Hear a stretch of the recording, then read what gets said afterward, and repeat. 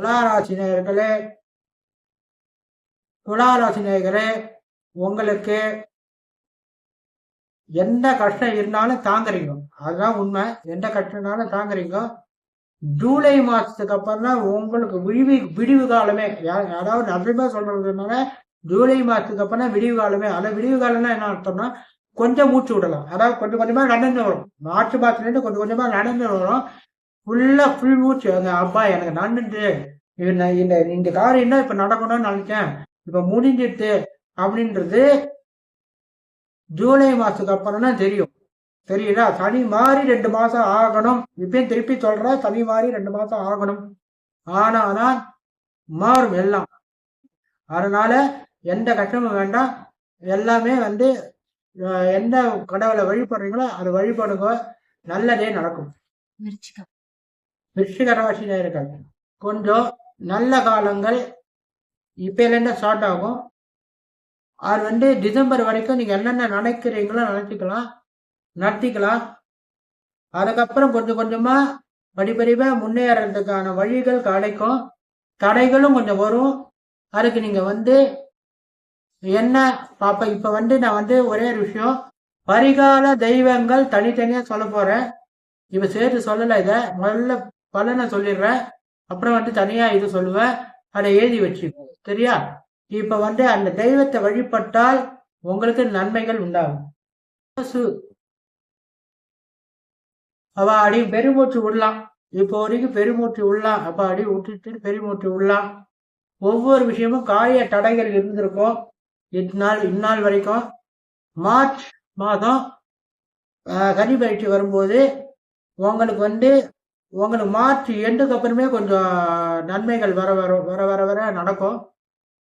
இனிமேல் கொஞ்சம் மூச்சு உள்ள எது நடக்கலையோ, எது உடம்போ நோயோ, கல்யாண ஆலையா, இல்ல பையனுக்கு உபநயனம் பண்ண முடியல, இல்லைன்னா காரிய தடை, உடம்பு, வேற வேற வண்டி வாங்கணும், வீடு வாங்க முடியல, வேலையில பிரச்சனை, எல்லாமே மார்ச் மாசத்துக்கு 30 தேதிக்கு மேல கொஞ்சம் கொஞ்சமா அதுவும் படிப்படியா கொஞ்சம் கொஞ்சமா நிவர்த்தி ஆகி கொஞ்சம் நன்றாக இருக்கும் என்பதை தெரிவித்துக் கொள்கிறேன்.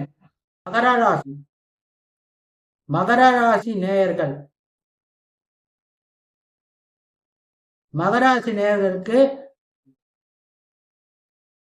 இந்த காலகட்டத்தில் நன்றாக இருந்தாலும் ஜாமீன் கையெழுத்தோ இல்ல யாருக்கான பணிந்து போய் பஞ்சாயத்து பண்ணி பேசுறதோ தேவையில்லை என்பதை அப் டு ஆகஸ்ட் வரைக்கும் தேவையில்லை என்பதை தெரிவித்துக் கொள்கிறேன்.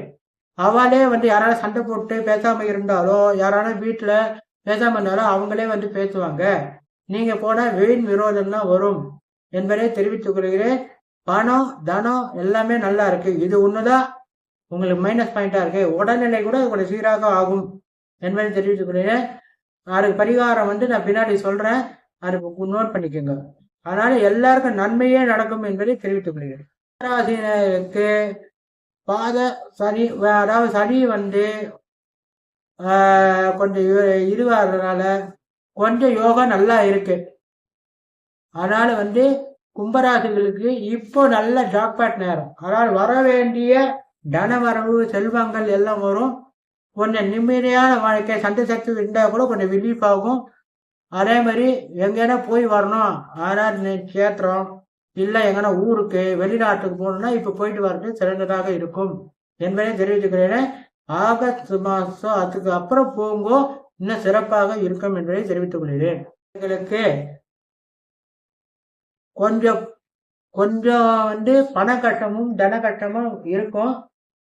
அதே மாதிரி மனசுல கவலைகள் நிறைய இருக்கும்.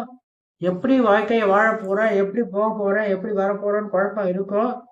அந்த குழப்பத்தை ஈஸியாக மார்ச் மாதம் சனி பயிற்சியும் போது உங்களுக்கு நிவர்த்தி ஆகும் என்பதை, அதாவது நிவர்த்தி ஆகும். குழப்பங்கள் கொஞ்சம் தெளிவாகும். சனி இருக்கான், மீனராசிக்கு சனி இருக்கான், இல்லாமலாம் இல்லை, இன்னும் உடலை, ஓகேவா? சனி இருக்கான். ஆனாலும் உங்களுக்கு ஒரு திருப்தியான ஒரு பாதை செப்டம்பருக்கு அப்புறம் தான் கிடைக்கும். அது வரைக்கும் என்ன பரிகாரம் சொல்றோனோ அது பின்னாடி சொல்லுவேன், அது கவனமா கேட்டுக்கோங்க, சரியா? நிகழ்ச்சி உங்களுக்கு பிடிச்சிருந்தா லைக் பண்ணுங்க, கமெண்ட் பண்ணுங்க, ஷேர் பண்ணுங்க, மறக்காம சப்ஸ்கிரைப் பண்ணிடுங்க.